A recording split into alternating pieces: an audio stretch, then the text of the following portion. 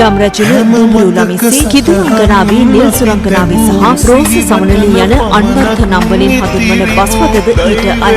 බස්වතවල හිමිකරුවන් සහ වේදුරන්ද මෙම අවස්ථාවට කැඳවා තිබුණා.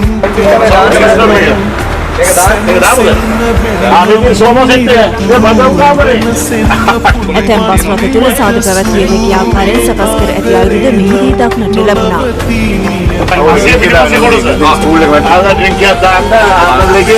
මත්පැන් පානය කරන්න හිටපු කැරෝගේ පාරක් දානවා.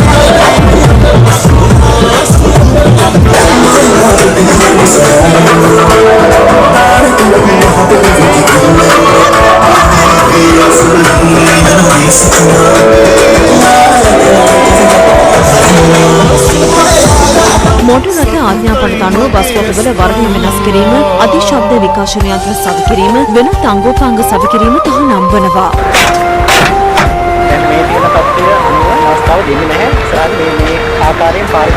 එම බස් රථ හිමිකරුවන්ට සහ රේතුරන්ට දැඩි ලෙස අවවාද කිරීමෙන් අනතුරුව බස් රථ මුදා හැරීමට පොලිසිය පියවර ගත්තා. මෝටර් රථ පරිශෝධන මේ බස් රථ සියල්ලම ගලවලා ඉදිරිපත් කිරීමට තහනම් නියෝග ලබා දෙන අද දින. වාහන තනිව නියෝග අනුව මෙවුන්ට නඩු පැවරීමට ක්‍රියා කරනවා.